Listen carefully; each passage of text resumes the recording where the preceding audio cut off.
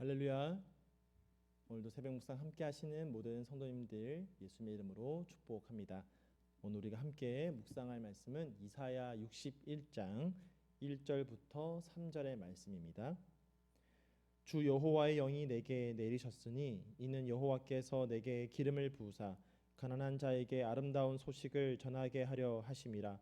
나를 보내사 마음이 상한 자를 고치며 포로된 자에게 자유를, 갇힌 자에게 노임을 선포하며 여호와의 은혜해와 우리 하나님의 보복의 날을 선포하여 모든 슬픈 자를 위로하되 무릇 시온에서 슬퍼하는 자에게 화관을 주어 그 죄를 대신하며 기쁨의 기름으로 그 슬픔을 대신하며 찬송의 옷으로 그 근심을 대신하시고 그들이 의의 나무 곧 여호와께서 심으신 그 영광을 나타낼 자라 일컬음을 받게 하려 하심이라.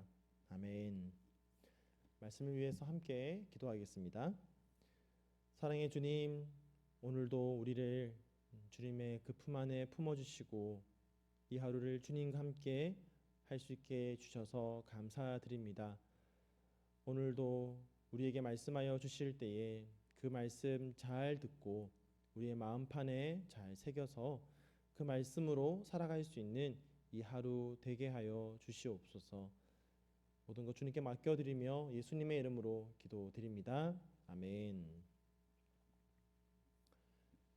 세상에 공짜란 없다라는 말이 있습니다. 누군가로부터 무엇을 받으면 반드시 그에 상응하는 반대 급부를 요구받는다라는 것입니다. 그저 받는 것이 없다라는 뜻이죠. 그래서 사람들은 서로 주고받는 이런 기브 앤 테이크에 굉장히 익숙해져 가고 있습니다. 그러나 우리가 알다시피 우리가 믿는 믿음 또 우리가 믿는 신앙생활은 이것과는 조금 다릅니다. 우리의 믿음에는 이것이 적용이 되지가 않습니다. 하나님의 사랑에도 이것은 적용되지가 않습니다. 하나님의 사랑은 우리에게 무조건적으로 베풀어졌습니다. 또한 하나님은 우리에게 아무런 조건 없는 믿음을 요구하십니다. 그래서 우리가 믿는 이 기독교는 세상과 다른 것입니다. 하지만 우리의 믿음 또 하나님의 사랑에는 조건이 없다 할지라도 우리의 신앙생활을 잘 들여다보면 하나님께서 우리에게 무언가를 주시면서 그에 합당한 결과를 기대하시는 것처럼 보일 때가 있습니다. 또는 하나님으로부터 받은 은혜가 만들어내는 마땅한 결과를 요구하시는 것처럼 보이는 것도 있습니다. 간단한 예를 들면 달란트 비유를 우리가 볼 수가 있습니다. 하나님께서 5달란트를 주신 자에게는 그만큼 5달란트를 요구하시는 것입니다. 그런데 오늘 본문도 이런 맥락에서 볼 수가 있습니다. 오늘 본문 말씀은 오실 메시아의 사역을 예언하고 있는 본문입니다.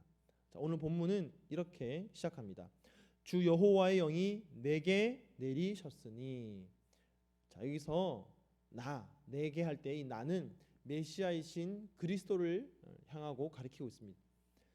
이것은 예수님께서 세례 요한에게 세례를 받으실 때 성령을 받으시고 또 광야에서 마귀에게 시험을 받으신 후에 성전에서 첫 메시지를 선포하면서 오늘 이 본문 말씀 1절과 2절을 인용하시는데 우리는 그것을 통해서 이 말씀이 곧 예수님 그분 당신에 대하여 예언한 것이라고 우리는 알 수가 있는 것입니다. 그래서 이제 이 말씀을 시작으로 메시아는 주 여호와의 신이 자신에게 부어진 이유가 무엇인지를 이야기해 주고 있습니다. 여호와의 영이 임한 메시아가 어떤 일을 하느냐? 마음이 상한 자를 고치며 포로된 자에게 자유를, 갇힌 자에게 노임을 선포하며 여호와의 은혜의 해와 우리 하나님의 보복의 날을 선포하여 모든 슬픈 자를 위로하되 무릇 시온에서 슬퍼하는 자에게 화관을 주어 그 죄를 대신하며 기쁨의 기름으로 그 슬픔을 대신하며 찬송의 옷으로 그 근심을 대신하시고 그들이 의의 나무 곧 여호와께서 심으신 그 영광을 나타낼 자라 일컬음을 받게 하십니다. 예수 그리스도는 이 땅에서 이와 같은 사명들을 감당하셨습니다. 성령의 충만한 가운데에 이 모든 사역들을 온전히 완수하셨습니다. 예수님의 말을 빌리자면 말 그대로 다 이루셨습니다. 예수님의 이런 모습은 오늘을 살아가는 우리에게도 우리가 어떤 자세로 살아가야 하는지를 깨닫게 해줍니다. 우리 역시 그리스도와 같이 성령을 받은 자입니다. 우리는 예수 그리스도를 나의 구주로 영접하는 그 순간 성령을 소유한 자가 됩니다. 하나님께서 우리에게 성령을 주시는 이유가 무엇입니까? 먼저는 본질적으로 우리가 죄인이기 때문에, 죄인된 우리가 거듭나야 하기 때문입니다. 그리고 그 다음에 성령을 받고 성령을 소유한 우리가 어떠한 삶을 살아가야 하느냐? 마음이 상한 자를 고치며 포로된 자에게 자유를, 갇힌 자에게 노임을 선포하며 살아가야 하는 것입니다. 사랑하는 성도 여러분, 그런데 이 일들 가운데에 가장 우선되는 일이 있습니다. 바로 가난한 자에게 아름다운 소식을 전하는 것입니다. 여기서 아름다운 소식이라는 것은 바로 하나님의 구원의 기쁜 소식을 말하는 것입니다. 바로 복음이죠. 하나님께서 그분의 종에게 성령을 주신 이유는 바로 그로 하여금 구원의 복된 소식을 능력 있게 전하도록 하기 위함입니다. 바로 복음을 전하게 하기 위해서 성령을 주셨다라는 것입니다. 그래서 우리 예수님도 제자들에게 말씀하시기를 오직 성령이 너희에게 임하시면 너희가 권능을 받고 예루살렘과 온 유대와 사마리아와 땅까지 이르러 내 증인이 되리라고 하셨던 것입니다. 이것은 우리에게 성령이 부어지는 중요한 목적이 바로 복음을 전하는 데 있다라는 것을 잘 보여주고 있습니다. 복음을 전하는 것은 그리스도뿐만 아니라 성령을 받은 우리 모든 성도된 자들의 사명이 되는 것입니다. 주 여호와의 영이 내게 내리셨으니 이는 가난한 자에게 아름다운 소식을 전하게 하려 하심이라. 이는 이 말이 뭡니까? 왜냐하면 아닙니까? 하나님께서 우리에게 성령을 보내주신 분명한 이유가 있다라는 것입니다. 예수 그리스도는 이 땅에 계시는 동안에 성령의 함께하심을 항상 인식하고 계셨습니다. 성부 하나님께서 성령을 부으신 이유를 분명히 알고 계셨습니다.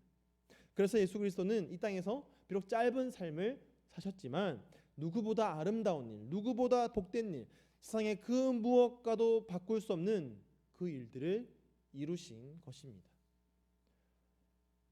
저와 여러분 역시 마찬가지입니다. 우리를 성령으로 인치셔서 구원하신 그 하나님의 뜻, 성령으로 충만케 하신 하나님의 뜻, 우리는 그것을 분명하고도 정확하게 인식하고 있어야 하는 것입니다. 그래서 우리는 우리 안에 내주하고 계신 성령 하나님을 늘 인식해야 하고요. 또한 성령의 인도하심을 철저하게 받고 따라야 하는 것입니다. 그리할 때에 사람으로서는 이룰 수 없지만 성령으로 인하여 놀랍고 복된 일을 이룰 수 있습니다.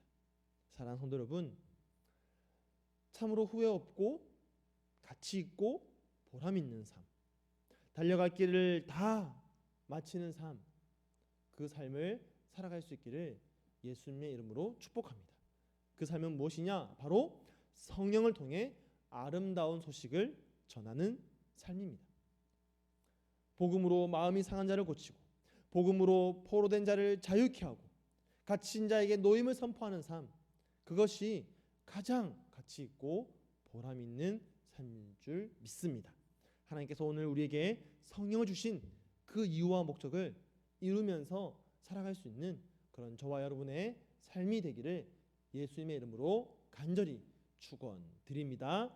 아멘. 오늘 말씀을 기억하면서 함께 기도하겠습니다.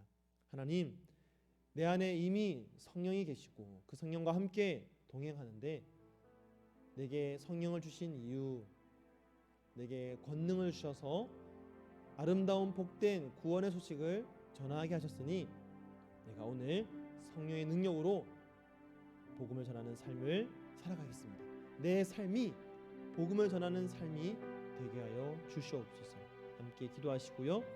오늘은 화요일입니다. 우리 환우들을 위하여서 함께 기도할 때에 하나님께서 우리 사랑하는 환우분들 한 분 한 분 찾아가셔서 위로해 달라고, 또 치유의 능력을 발하여 달라고 함께 기도하시고요.